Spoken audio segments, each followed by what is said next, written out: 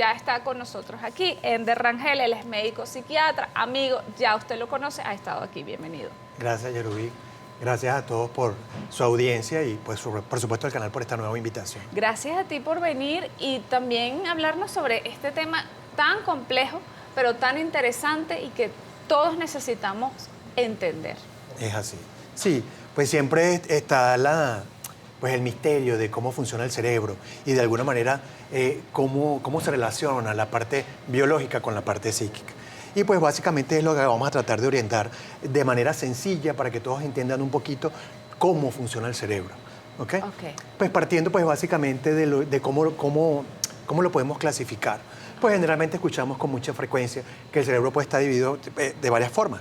Materia gris, materia blanca, ¿ya? Y que de alguna manera pues la materia gris lo conforman solamente las neuronas y la parte blanca lo conforman lo que son el axón, las dendritas, lo que es el cuerpo axonal.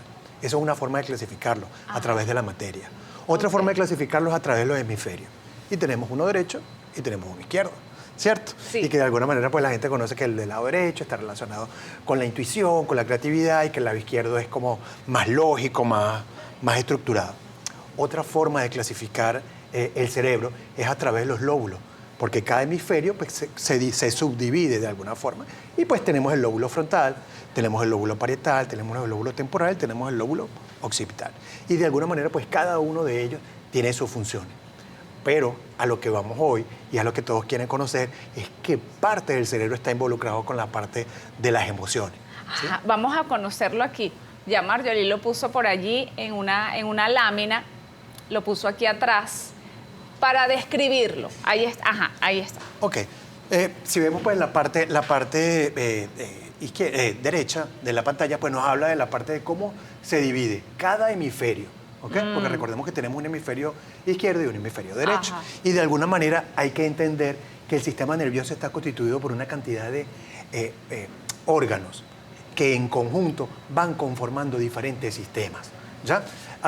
Hemos escuchado lo que es el famoso sistema simpático, el famoso sistema parasimpático, que son los dos grandes ejes del cerebro y que de alguna manera el simpático está relacionado con las señales de alerta y que te mantiene activo, el otro es el que te calma, el que te tranquiliza, ¿ya? Y de alguna manera, pues, en uno de los sistemas más importantes, pues, es el sistema límbico, que es el que está involucrado con la parte de las emociones. Y el sistema límbico está constituido por una gran cantidad de órganos, en donde uno de los más importantes es el tálamo, que es el centro, que está en esta parte de aquí atrás, ¿sí?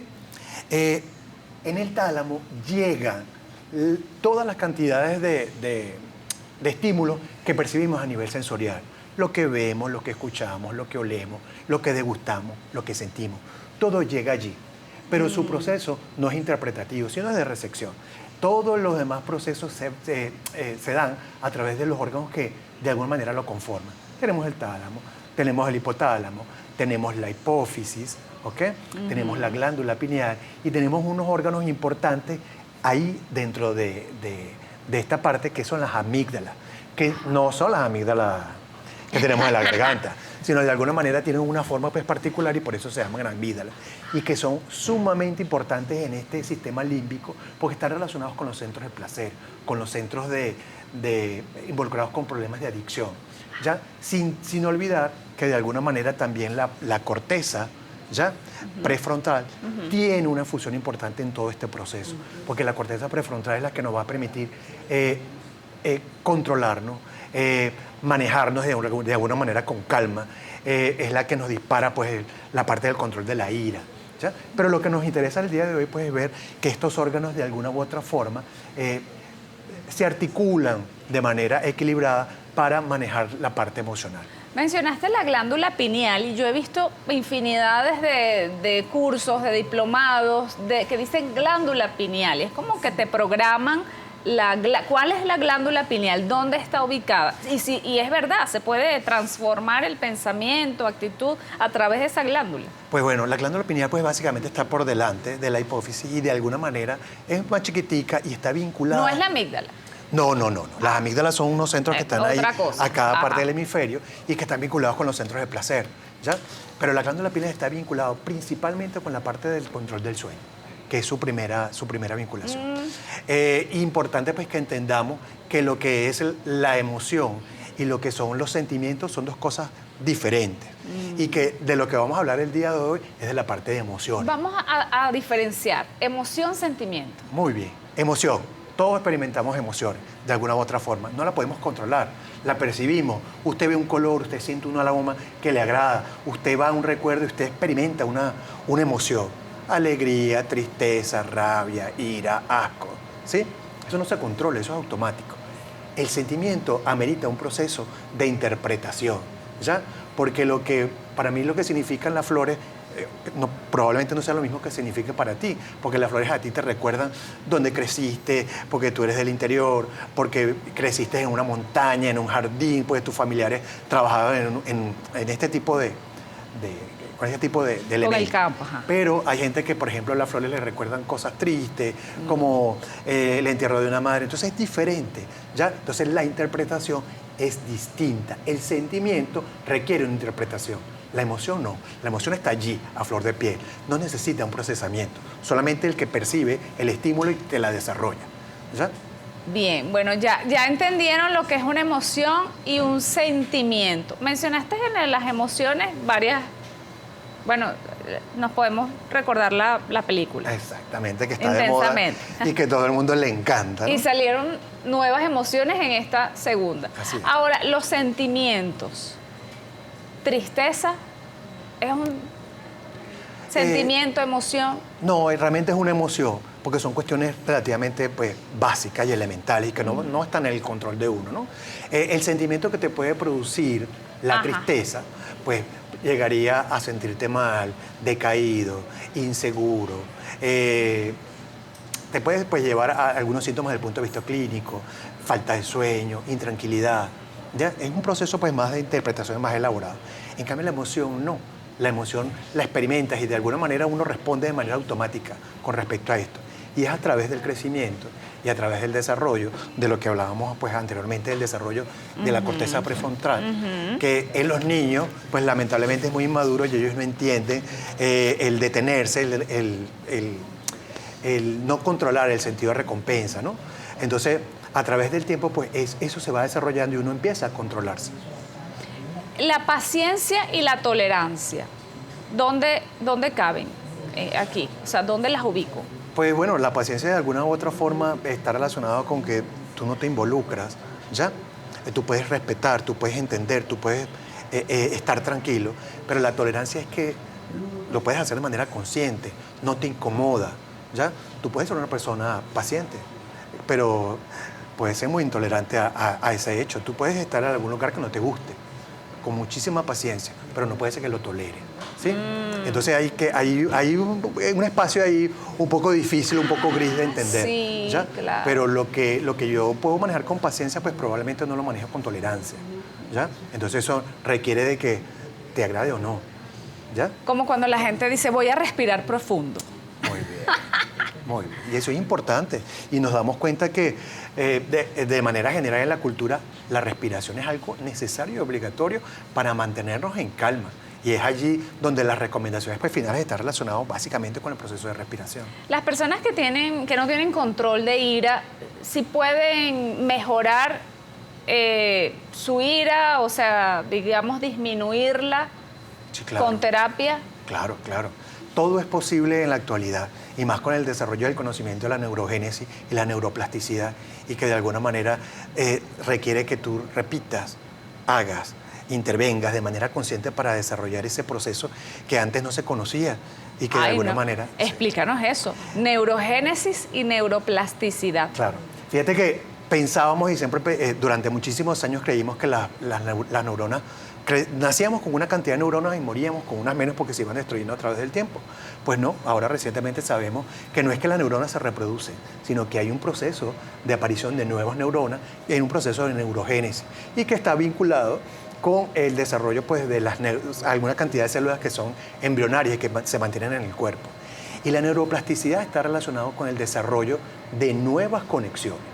Sí nacemos con una cantidad de neuronas específicas y con una cantidad limitada de conexiones que va creciendo a través del tiempo y que va creciendo en base a tus necesidades, a tus actividades, a tus requerimientos, a cómo enfrentas las situaciones de conflicto. Y es eso lo que está vinculado con la neuroplasticidad. De manera que la capacidad de poder desarrollar, de poder aprender, de poder hacer lo que usted quiera en esta vida, pues solamente requiere un poco de voluntad y un poco de esfuerzo, ¿ok? Para que esto se vaya dando. Sabes que hemos escuchado que, digamos, algunas sustancias, esto es para las personas que quizás tienen adicciones, sustancias que destruyen neuronas. ¿Esas neuronas ya quedan destruidas o puede haber un proceso de neuroplasticidad? Cuando hablamos de neuroplasticidad, hablamos de la creación y el desarrollo de nuevas conexiones. Ajá. No es que la neurona se reproduzca. No. Ni neurogénesis tampoco pasa. No, en la neurogénesis es que aparece. Que aparece. ¿Ok? En lugares específicos. Ajá. Y pues van desarrollando nuevas conexiones. Con respecto a la sustancia, que es importante entender que para entender lo que es la parte biológica y la parte de las emociones, es importante que entendamos cuáles son las sustancias que están relacionadas con esto a nivel cerebral. Y las conocemos como neurotransmisores. ¿Sí? Y como neurotransmisores conocemos a las vinculadas con la parte de la felicidad, las endorfinas, que es muy conocida en la parte del ejercicio, oxitocina, dopamina, ¿ya? Y para las otras partes que están involucradas con los efectos que se producen a través del cerebro, tenemos la hormona, ¿ya? En donde el eje principal está relacionado con lo que es el cortisol y la adrenalina, que son importantes y que de alguna manera siempre las escuchamos en relación a esto. Estoy conversando con Ender Rangel, él es médico psiquiatra, nos estaba explicando el cerebro, las funciones, las emociones, y ahora vamos por el cortisol. Así es. Y bueno, es importante pues que conozcamos, que sepamos que de alguna manera los seres humanos de manera habitual estamos expuestos de manera cotidiana a situaciones que requieren, que se convierten en un reto de manera diaria. Levantarse, elegir la ropa que vamos a utilizar, cómo enfrentarnos con el tráfico, cómo enfrentarnos con la persona desagradable en el ascensor, ya este tipo de cosas que de alguna manera se convierten en un reto diario y que de alguna manera pues requieren algún estímulo a nivel cerebral y que viene en este famoso eje del cortisol y que sabemos que de alguna manera es necesario, porque los niveles de cortisol son necesarios para que usted esté alerta, para que cada uno de nosotros estemos alerta, ¿sí? A diferencia de los niveles de adrenalina, que son requeridos para accionar, para defenderse, para el proceso de huida. Lo que sí bien es cierto es que se ha estudiado muchísimo los efectos del cortisol a nivel del cuerpo y a nivel del cerebro. Sabemos pues que el cortisol tiene varias funciones relacionadas no solamente con la parte de la alerta y estar atento, sino está relacionado con el funcionamiento de los huesos. La gente que sufre de niveles de cortisol elevados desarrolla osteoporosis. La gente que tiene alteraciones del cortisol pues tienden a tener mayor obesidad. El cortisol regula la parte del azúcar. ¿Ya? La gente que tiene cortisol elevado tiende a tener azúcar elevada. Entonces vemos que el cortisol tiene una función importantísima dentro de todo este proceso del organismo y todo el funcionamiento y de la parte del punto de vista emocional. Muchas personas han estudiado con bastante detenimiento el efecto del cortisol. Y es importante que entendamos que de manera natural tenemos cortisol y picos de cortisol de manera diaria, pero que en la actualidad estamos constantemente ante una situación de estrés sostenida. Y que de alguna manera somos nosotros los que podemos tener el control de que esto no sea así. Estamos constantemente viendo las noticias, constantemente pendientes del chat para ver si hay algún problema en el colegio del niño, para ver si me van a llamar para darme alguna mala noticia. Hay algunos autores que hablan de la necesidad de silenciar las notificaciones del teléfono, porque te das cuenta que es un condicionamiento. Tú tienes tu timbre y el teléfono suena y tú automáticamente, no importa lo que estés haciendo, tienes que ir a ver. ¿Ya? Entonces, de alguna manera, todo este proceso que está relacionado pues, con el cortisol, que de manera natural deberíamos tener solamente picos y no esta intoxicación que vamos viviendo a través del tiempo, por esta constante necesidad de estar informado. La cronopatía, que de alguna manera queremos aprovechar constantemente todo el tiempo. Y entonces queremos estar pendientes de los hijos, pendientes de la pareja, pendientes del trabajo, pendientes del estudio, pendientes de conocer, hacer alguna actividad, hacer ejercicio, comer de manera saludable. Y ya va, o sea, hay que aprovechar el tiempo, pero también hay que disfrutarlo, ¿ya? Y el tiempo de ocio es algo necesario y que todos conocemos. ¿Sabes qué? Yo no sé si hay personas que se pueden acostumbrar al caos y están metidos, tú los ves acá, ratico, que uno le dice saquito de sal, mira, pero tú si eres acontecida, ¿cuándo no? ¿Cuándo no te pasa algo? Es así, y te das cuenta de que hay gente que vive con estos niveles de cortisol elevados y de alguna manera funcionan, ¿ya? ¿Qué pasa cuando eso baja, cuando eso disminuye? ¿Qué se ha visto cuando los niveles caen a través del tiempo? Cuando estamos en niveles sostenidos de cortisol, cuando estamos en un proceso de estudio, cuando estamos en un proceso de entrevista o buscando trabajo, cuando estamos en un proyecto, mantenemos niveles de cortisol elevados durante mucho tiempo. ¿Ya? ¿Qué pasa cuando logramos ese grado, cuando logramos ese título, cuando logramos conseguir esa pareja? ¿Ya? Esos niveles caen y de alguna manera en gran parte de estas personas entran en un proceso de depresión, de tristeza, de una manera que tú no te lo explicas. ¿Qué? Esta gente que está constantemente en actividad porque está... Lo necesita. Los multifuncionales, que muchas veces los conocemos como los multifuncionales, cuando decae su intervención en estos procesos, ¿cómo ves a esas personas? Apagadas, tristes, ¿ya? Y eso forma parte de una respuesta natural a los niveles elevados pues, de cortisol. Bien, ¿puede un abrazo bajar el nivel de cortisol de una persona que está en un momento llorando, estresada? Sí, es importante que sepamos que esto de lo que acabas de hablar es algo muy importante. En los niños, la corteza prefrontal, que está poco desarrollada y se va desarrollando a través del tiempo, es la que nos permite contenernos, es la que nos permite tener paciencia, es la que nos permite la parte de atención. Los chamos, ¿cómo experimentan las emociones? De manera abrupta, ellos solamente la expresan, ¿ya? Sin ningún tipo de filtro. Y de alguna manera necesitan de alguien, de algún cuidador que lo contenga. Y somos nosotros, los padres, las figuras de importancia, los tíos, la familia, los que podemos hacer algo que se conoce como heterorregulación. Y lo hacemos de la forma externa. Y es cuando tú hablas del abrazo, ¿ok? Es ese abrazo. Y esa heterorregulación debe venir acompañada de coherencia, ¿ya? Yo no puedo llegar a la casa y darle un beso a mi hijo cuando tengo el teléfono aquí en la mano. Y, ajá, sí, ¿cómo estás? Sí, ahorita, sí, ya te voy a atender. No, ¿ok?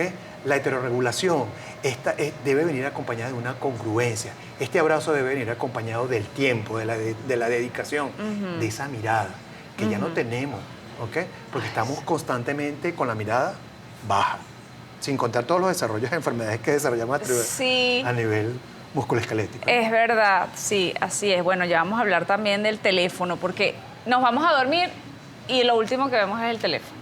Entonces, no sé qué tan bueno es eso. Yo lo he experimentado. Es terrible, es terrible. Ya tengo un libro ahí en la mesita de noche y me quedo dormida. Pero si tengo esto, ay no. Buenos días. Pregunta para el doctor. ¿Las convulsiones epilépticas destruyen las neuronas? Bueno, vamos a entender que dependiendo del tipo de lesión que pueda estar ocasionando pues, los episodios convulsivos, pues vamos a tener un deterioro, ¿ok? O una destrucción masiva de células. ¿Por qué? Porque hay unas descargas, no solamente desde el punto de vista químico, sino desde el punto de vista eléctrico, que lesionan esto, ¿ya? Al igual que cuando usted se echa o se toma pues, algunos palitos y cae en un estado de ebriedad en donde los niveles de alcohol no solamente lesionan, dependiendo del nivel, sino que también destruyen las partes de la célula, pues así de alguna manera lo hacen los procesos convulsivos. Quiero que le preguntes al doctor qué piensa él de las personas que pueden conectarse a través de la mente con otra persona. ¿Es posible? ¿Cómo se llama esto? Telepatía, ¿es a lo que nos estamos refiriendo de alguna forma? No. Usted puede tener empatía, usted puede tener esta cosa que experimentamos con los hijos, intuición, ¿ya? Conocimiento. Pero esa comunicación telepática que puedo decirte que mira lo que estoy pensando, te lo estoy diciendo, pues no. De alguna u otra manera sí, las relaciones sociales van desarrollando ese sentimiento, ese conocimiento, esa cosa que nada más hace falta que tú mires y cómo hace un movimiento o un gesto para entender lo que quiere decir. ¿Cómo lo sabemos? Cuando estamos pequeños, cuando la mamá levanta la ceja y usted está en una reunión porque usted hizo algo, usted sabe lo que va a pasar después. ¿Perder las neuronas significa perder inteligencia? No, de manera natural hay un proceso de declive, ¿ya? De las neuronas, porque nacemos con una cantidad y pues terminamos con unas menos. Pero hablamos de la neurogénesis, de la neuroplasticidad y que de alguna manera las neuronas son como un músculo. Y si de alguna manera nos vamos ejercitando, las vamos activando, se va desarrollando este proceso de neuroplasticidad que las hacen más seguras, más fuertes. aumenta la conectividad entre ellas y aumenta la capacidad de hacer nuevas cosas. O sea que el límite para que usted pueda hacer algo hoy, adentro de 5 o 6 años, es el cielo. Usted decide lo que quiere hacer hoy, pero eso requiere de voluntad y ante todo de tiempo y dedicación. Continuamos con el médico psiquiatra Ender Rangel y aquí tengo una pregunta: ¿cómo se puede controlar el trastorno del sueño? Bueno, pues básicamente recordemos que el sueño es algo que se da de manera natural. Nosotros somos seres vivos que somos diurnos, porque de alguna manera pues los seres humanos tenemos la mayor cantidad de actividades durante el día y de alguna forma pues nos estamos activando con respecto a la luz y con respecto a la oscuridad. Básicamente nuestro reloj biológico es lo que nos permite, en el momento cuando cerramos los ojos, saber que la luz no está, o sea que es hora del descanso. ¿Ok? Y de alguna manera el sueño tiene una función importante para el organismo. No solamente para la parte de las emociones, sino también para la parte de la reparación general del cuerpo. Porque el sueño de alguna manera está involucrado con esto, no solamente con el procesamiento de sus conocimientos diarios, cómo afianzar la memoria, ese tipo de cosas, sino que además está involucrado con el proceso de reparación celular, con el sistema inmunológico, ¿ya? Por eso es que de alguna manera, si usted tiene un buen sueño, pues su sistema inmunológico va a estar fortalecido, su sistema de salud mental pues va a estar con mayor destreza, con mayores capacidades. Entonces, el sueño es algo elemental y necesario. Cuando hablamos del insomnio, pues hablamos de una alteración del sueño, ¿ya? Y ahí pues necesariamente hay que ver cuál es el tipo de insomnio. Por eso yo creo que forma parte de algún otro programa pues mucho más extenso. Lo importante en este caso es que el sueño es necesario y tiene un efecto reparador, no solamente desde el punto de vista mental, sino desde el punto de vista físico. No, y que hemos escuchado aquí de muchos especialistas y bueno, en el pasado también el ejercicio es importante, comer saludable es importante. Se enfocaba, digamos, las narrativas en el pasado en el ejercicio. Pero ahora yo escucho muchísimo, no, pero es que tienes que dormir bien. O sea, es ejercicio, comer bien, tomar agua y dormir. O sea, hay que añadirle dormir bien, descansar. Es así. Que es cuando se forma el músculo, bueno, esto es relacionado al ejercicio. Pero miren cómo todo se conecta. Aquí hay una señora que te dice: hola, tengo una paciente de 90 años que según el psiquiatra hace isquemia cerebral y de ahí la causa de sus problemas de memoria. Quisiera saber qué tratamiento recomienda. Usa escitalopram, quetiapina y risperidona y aún así presenta en el día estados de desorientación. Tiene 90 años y es relativamente sana, solo hipertensa. Sí.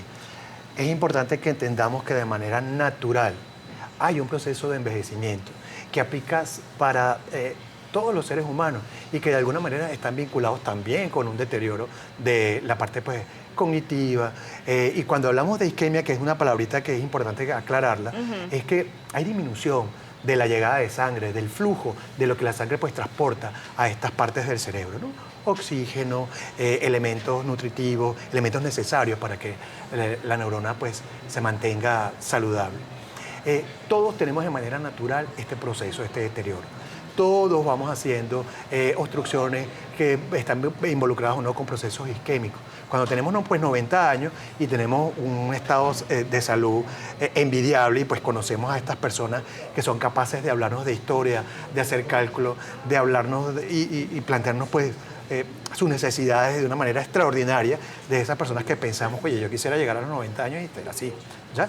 Entonces, en este caso particular, cuando usted habla del uso de un escitalopram, que es un antidepresivo, el uso de la quetiapina y el uso de la risperidona, que son neurolépticos, y que de alguna u otra forma no lo contiene, no lo controla, pues probablemente lo que tengamos es que ver que hay algún proceso biológico allí que no lo vamos a controlar única y exclusivamente con este tipo de medicamentos. Entonces, requiere pues de algún abordaje superior, ¿ya? De algún grupo pues, multidisciplinario o de evaluar nuevamente ese esquema de tratamiento. ¿Puede alguna enfermedad dañar alguna función del cerebro que tenga que ver con las emociones? Sí, claro.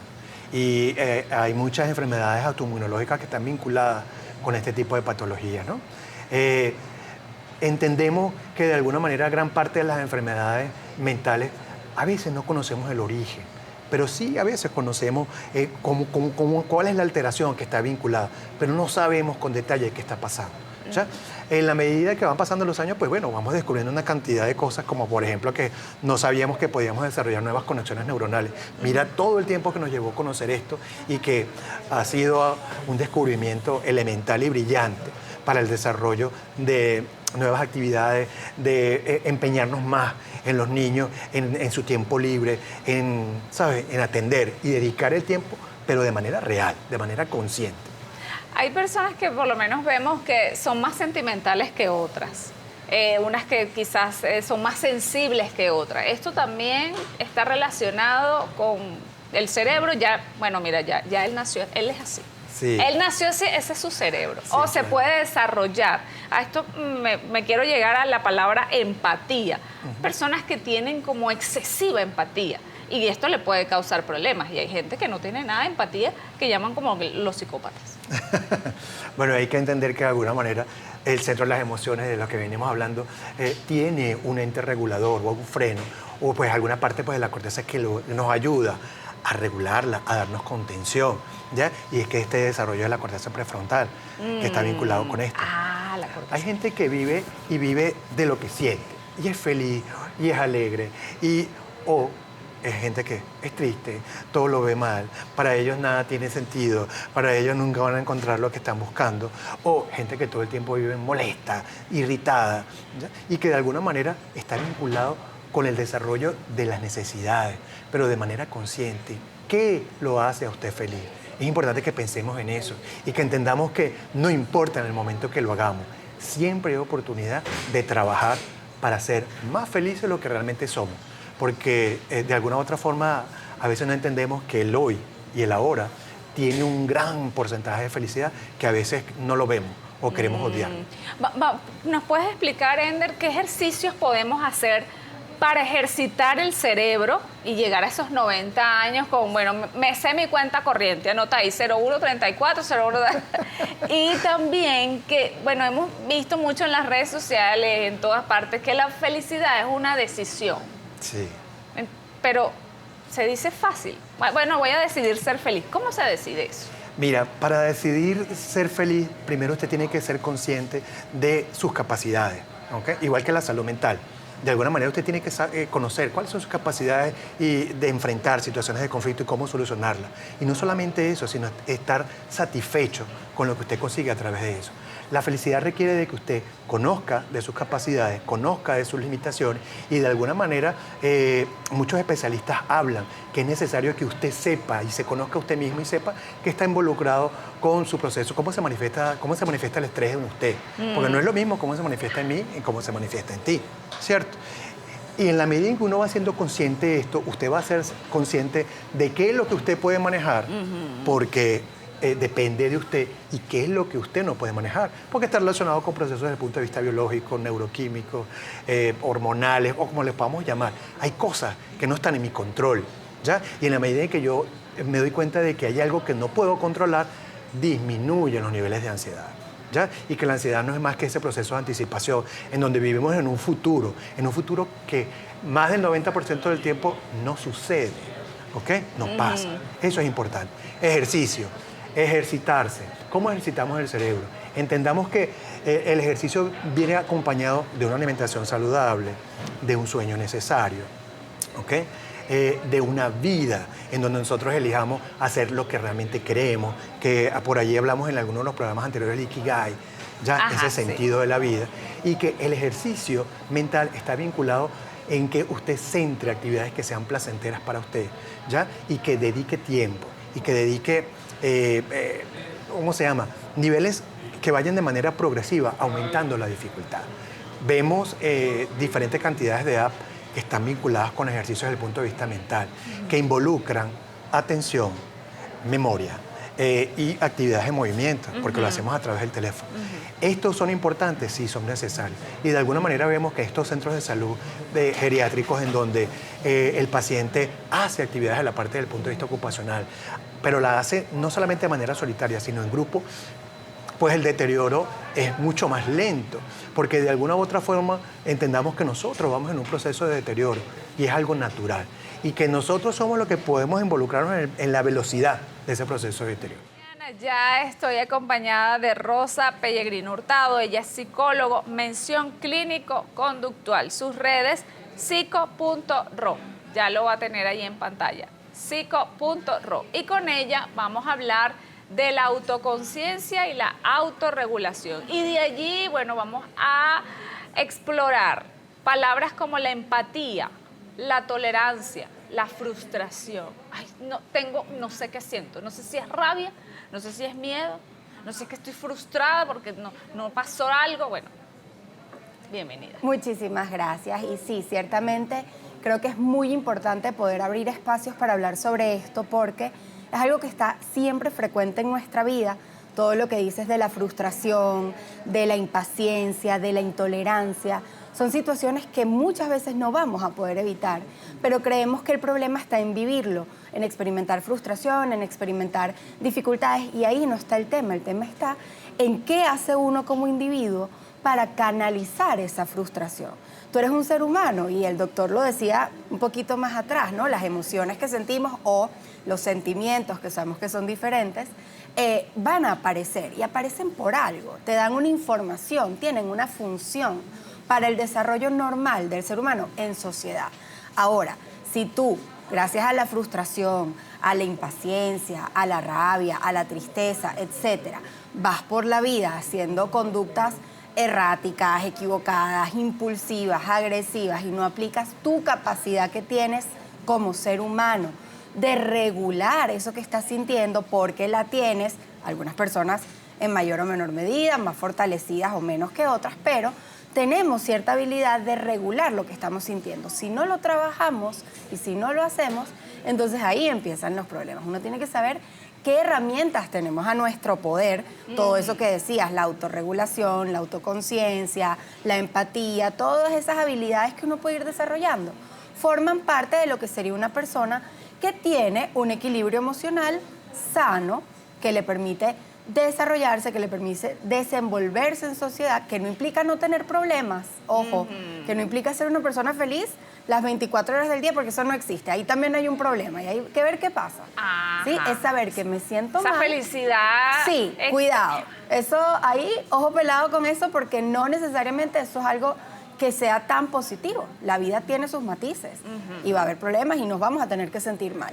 El tema está, ¿qué hago yo con eso? Si soy capaz de vivirlo, digerirlo, analizarlo, reflexionarlo y actuar con base en eso para yo poder solucionar X conflicto que me haya ocurrido, entonces ahí estamos hablando de una persona con un equilibrio emocional, con una salud mental fortalecida y trabajada. ¿Cómo fortalecemos la salud mental? Que ahorita hablaste del equilibrio mental, que me encantó, porque Sí. ya hemos hablado de inteligencia emocional, Sí. pero este equilibrio mental. Claro, mira, el tema de la salud mental es importante saberlo, hay muchos conceptos, en verdad, todos son válidos. Nosotros siempre hablamos del que plantea la Organización Mundial de la Salud, que simplemente propone que la salud mental es un estado justamente de equilibrio, de balance, en el que la persona es, ojo aquí, consciente de sus capacidades, ¿sí? De lo que yo puedo hacer, de mis recursos, de lo que me hace ser yo, de lo positivo y de lo que no me gusta tanto, ¿ok? Entonces soy consciente de mis capacidades para enfrentar, para vivir, para afrontar las tensiones normales de la vida, los problemas, las dificultades, los cambios de ruta, las cosas que no salieron como yo esperaba, lo que genera frustración, angustia, impaciencia, las cosas de la vida normales, y allí poder trabajar de manera fructífera y hacer un aporte a mi comunidad, ¿sí? O sea, vamos a verlo desde el principio. Yo como individuo soy consciente de lo que tengo, de que soy resolutiva, de que soy creativa, de que soy líder, de que tengo la habilidad para solucionar conflictos, para mediar, para conciliar. Yo tengo una cantidad de habilidades, tengo una cantidad de puntos quizás débiles que tengo que fortalecer, que también es importante saber en dónde fallamos, para también saber dónde tenemos que reforzar, pero utilizando esas capacidades que yo sé que tengo, entonces yo puedo afrontar las tensiones normales de la vida. que salí tarde porque no me sonó el despertador, que salí a la calle y había un accidente y no contaba con el tráfico y entonces pues llegué tarde donde tenía que llegar y llegué a mi trabajo y el jefe me dijo, hola, buenas noches, ¿cómo estás? Para eso no hubieras venido. Una cantidad de cosas que ocurren en la vida de cualquier ser humano, pero que emocionalmente nos pueden afectar. Si yo utilizo mis capacidades porque sé que las tengo, porque sé que puedo reconocer que me siento mal y que me tengo que calmar, que necesito 5 minutos para tomarme un respiro o una lloradita en el baño porque la necesito, en vez de seguir y seguir y seguir y seguir hasta que esa cuerda se tense, que muchos lo hacemos, yo sé que sí. Entonces ahí es donde yo tengo que reconocer que tengo que frenar. Y entonces cuando yo soy capaz de hacer eso, es que yo puedo aportar a mi comunidad. Y fíjate que primero trabajamos en nosotros y después en aportar, en dar hacia afuera. No es primero yo doy y yo trabajo y yo soy excelente madre o excelente padre o excelente esposa o esposo y le doy a mi trabajo y le doy a mi familia. Y luego es que pienso en mí y en mis capacidades. No, eso no va a ocurrir si yo no trabajo primero en mis propios recursos. En el autoconocimiento. Absolutamente. Porque sabemos que tenemos esos recursos positivos, pero también somos impulsivos. Claro. Hay gente que dice, no voy a ir a esa cadena de farmacia porque yo me conozco. Claro. Y voy a comprar todo. A esa cadena de farmacia. Impulsividad. Es así. Y fíjate, cada persona es diferente, cada ser humano tiene sus particularidades. Como la ira también. Claro. No le voy a decir nada porque yo me conozco. Bueno, pero fíjate que esa tampoco puede ser necesariamente la idea, porque ¿qué pasa? Tú te vas a cohibir o tú vas a tener que no decirle a la gente tus incomodidades, tus angustias, tus negativas, tu oposición frente a alguna situación, porque la única manera de hacerlo es impulsivamente. No, tú tienes el derecho de decir lo que te molesta, decir lo que te duele, lo que no te parece. Somos seres humanos que tenemos es un derecho de nosotros poder expresar lo que sentimos y lo que nos pasa. Ojo, el tema está en cómo lo hago. Si yo no tengo la capacidad de regular la forma en la que te digo, cónchale, a mí no me parece que tú me hayas dicho tal cosa, porque te lo digo golpeado, porque te lo digo feo o porque te pego un golpe, ahí yo tengo un problema. Mi problema no es la rabia que siento. La rabia, como lo decía el doctor Ender, es una emoción que va a existir y es natural. No tenemos que luchar contra las emociones. A veces nos da miedo y ahí también es un detalle importante. Parte del autoconocimiento y de la autorregulación pasa por el hecho de hacer las paces con el hecho de sentirme mal. A veces nos sentimos tristes, bravos, ansiosos, frustrados y además nos sentimos culpables por sentirnos así. O sea, nos sentimos mal por sentirnos mal. Y eso no tiene por qué ocurrir. Somos seres humanos que tenemos días buenos y malos. El detalle está en cómo yo regulo eso. Entonces, el yo saber que yo puedo decirte, mira, no estoy de acuerdo con esto, vamos a ver qué otra alternativa conseguimos, qué cosa podemos hacer para no sentirnos así los dos, etcétera, es una buena alternativa. No decirlo, lo que hace es meterle más aire a un globo. ¿Qué pasa cuando tú llenas un globo de esos de piñata que lo inflas y lo inflas y lo inflas y lo inflas hasta el final? Explota, la gente explota, sí. Y los seres humanos somos como un globito. Si llenamos y llenamos y llenamos y no abrimos ese piquito del globo para que salga un poquito de aire de vez en cuando, vamos a terminar explotando y a lo mejor con la persona que no se lo merece, que no tiene nada que ver en nuestros problemas. La pago conmigo. Así es. Y esa siempre anda explosiva y la paga con uno, con sus problemas que no tienen nada que ver. Entonces, eso es lo que tenemos que tener muy conscientes. El problema no es lo que sentimos, el problema es qué hacemos con eso. Con eso, claro, conocerse. Bueno, si tú eres agresivo, ya tienes que gestionar esa agresividad. Tú tienes una responsabilidad, primero contigo. No lo vamos a hacer para que la gente nos quiera, para que le viene a todo el mundo, para que todo el mundo diga, ay, Rosa sí es simpática, sí es linda. No, ese no es el foco de esto, porque cada emoción que tú gestionas de manera quizás dificultosa, de manera conflictiva, incluyendo las agradables, hasta la alegría, porque vivimos en una sociedad en donde pensamos que la alegría es la emoción aceptada y que la alegría tiene que estar en todos lados. La alegría también tiene que ser regulada, ¿sí? Tenemos que saber cómo administrar esa alegría de la misma manera que la tristeza y que la rabia y que el miedo. Entonces, saber que en niveles inadecuados, claro, infelicidad. Absolutamente, y por eso hablamos de equilibrio, no hablamos de alegría suprema o de tristeza o de que no haya problemas, no, hablamos de un balance, como una cuenta de banco. Yo meto cosas positivas, saco también para los demás y para el resto y yo mantengo allí mi balance, pero si yo saco y saco y saco y saco, sabemos, porque, bueno, lo habremos vivido también, qué pasa con esa cuenta de banco y con esos números que terminan en rojo, ¿no? Sí, seguimos con Rosa Pellegrino Hurtado. Ella es psicólogo, mención clínico, conductual federado 18108. Y aquí voy a comenzar esta parte con este comentario de Juan Suárez que dice: la frustración puede activar la ansiedad en el ser humano. Así es, y este comentario es importante porque la frustración como tal, uno la vive como algo normal de la vida, es una situación que va a ocurrir y que está bien que lo experimentemos porque eso nos ayuda a tolerarla, porque tenemos dos caminos cuando ocurre: saber que va a aparecer, tolerarla, entenderlo como algo normal de simplemente estar vivo, o luchar contra ella, que nos puede generar un poco más de conflictos o problemas, ¿no? No querer estar dispuestos a vivir esa frustración. Y cuando experimentamos frustración, ahí hay una cantidad de procesos, como comentaba el doctor anteriormente, cuando uno puede ser capaz de reflexionar ya, ¿no? De darle un significado a eso que yo estoy sintiendo, a esa frustración, a esa rabia, a esa angustia, a esa ansiedad, etcétera. Yo empiezo a otorgarle cierto sentido. El ser humano tiene que buscar atribuirle una razón, un motivo, un significado a eso que ocurrió.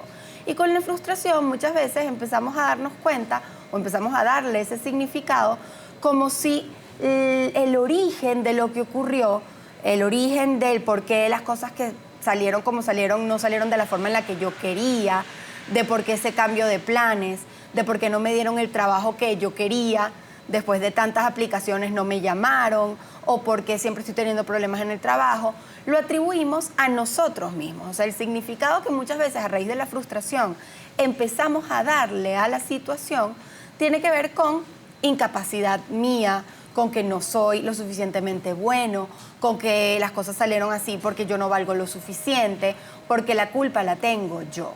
Eso puede ser cierto en ciertas ocasiones y en otras, pues no. Pero la gravedad del asunto está, y por eso lo relaciono con la ansiedad, en que esos pensamientos que vamos a empezar a generar con respecto a nosotros mismos, a nuestro valor, van a afectar nuestra autoestima, nuestra autoconfianza, la manera en la que nos percibimos, y eso afecta entonces la manera en la que nos relacionamos con el mundo, la manera en la que me siento, la manera en la que yo me siento seguro o segura para vincularme contigo, para desenvolverme en mi trabajo, para emprender en un nuevo proyecto, para relacionarme con los demás. Empiezo a sentir ansiedad porque siento que no soy lo suficiente, que las cosas en cualquier momento pueden salir mal. Recordemos que la ansiedad tiene que ver con esta angustia anticipatoria. La ansiedad tiene que ver con una situación que no ha ocurrido. No es como el estrés, que tiene que ver con algo que ya de alguna manera está allí, es tangible, un examen que voy a presentar mañana en la universidad, o una cosa que voy a presentar mañana en el trabajo, o una situación difícil en casa. Estamos hablando de algo que va a ocurrir o pudiera ni siquiera presentarse. Pero ya la cabeza, como el ser humano y el cerebro no distingue entre lo real y lo imaginario, eso es algo que sucede, yo ya estoy pensando en eso y ya emocionalmente estoy sufriendo o experimentando las emociones como si ese evento catastrófico que no ha ocurrido fuera real. Entonces, todas esas situaciones de tú no puedes, esto te va a salir mal porque ya te ha salido mal antes, porque fíjate cómo no fluye y no ha fluido hasta ahora, y te frustras, empieza a hacerte pensar que entonces el problema eres tú, que tú no eres lo suficientemente bueno, y te genera esa ansiedad de voy a fallar, las cosas no van a salir bien. Y ese círculo ansioso en el que a veces caemos y manejamos nuestra vida en ese vórtice de ansiedad y de angustia, tiene unas consecuencias que son o pudieran ser, mira, ahí sí, gravísimas. ¿Puede la rabia estar detrás de la frustración o el dolor de una persona? Claro, claro, la frustración puede bastante tener que ver con la rabia, ¿no? Esa rabia que está relacionada a yo no haber sido capaz de hacer las cosas o que las cosas no salieron como yo esperaba y estaba aferrado a ese resultado. Por eso, frente a la frustración, y lo mencionábamos, teníamos esos dos caminos, el entender y asumirlo con entereza, el hecho de que las cosas no siempre van a estar en nuestro control. O sea, si las cosas fueran así, bueno, la vida todo sería absolutamente maravillosa. Pero la vida tiene sus bemoles, tiene sus dificultades y tenemos que saber que eso va a ocurrir. Podemos asumirlo vivir nuestra rabia, porque no es vivir en un modo zen y no sentir rabia, tristeza, frustración. No, no, no. Es saber que eso es parte normal de la vida y saber que va a llegar y vivirlo y hacerlo pertinente para que eso no se quede contigo, o luchar y luchar y luchar y luchar contra la frustración, inclusive empecinarte. Está bien ser persistente, pero que eso no se confunda con terquedad, con yo quedarme pegado en algo que a lo mejor no es lo que más me conviene, pero porque yo necesito que eso se dé por mi autoestima, por mi frustración, por mi incapacidad de entender que no lo puedo controlar todo. Eso sí me genera rabia, me genera dolor, me genera una cantidad inclusive de síntomas que pueden ser hasta físicos en algún punto, que podemos sufrir, que pueden empezar a manifestarse a nivel de sintomatología clínica, física en nuestro cuerpo, que nos va a pasar factura si no aprendemos a manejar esa frustración y esa emoción. Esa rabia constante te puede terminar en una enfermedad. Absolutamente, y hay una rama que se llama psiconeuroinmunología, que precisamente, y esto no es místico, no es, las emociones te pueden hacer enfermar. No, no, no. Es que el cuerpo tiene diferentes sistemas, el sistema inmunológico, el sistema endocrino, el sistema neurológico y por supuesto todo lo que es el ámbito psicológico, que están íntimamente relacionados, vinculados. Antes creíamos que solamente se producían ciertos neurotransmisores en el cerebro, por ejemplo. Ahorita sabemos que es real que se producen neurotransmisores en todo lo que es el intestino. Entonces, cuando tú de alguna manera te alimentas de mala forma, ya sabemos que eso puede generar muchísimas cosas, pero no solo eso, sino que también el tema de los neurotransmisores, que puede generarse de distintas maneras con respecto a tu alimentación, también influye en la forma en la que tú te sientes. Si estás triste, si estás deprimido, si estás ansioso, si estás angustiado, si estás irascible. Todas esas emociones que creemos que solo se manifiesta o solo se genera aquí, tiene muchísimo que ver con muchos otros sistemas que tenemos en nuestro cuerpo, que están íntimamente vinculados, y eso es lo que estudia y trabaja la psiconeuroinmunología. Entonces, ¿por qué hablo y he hecho todo este cuento?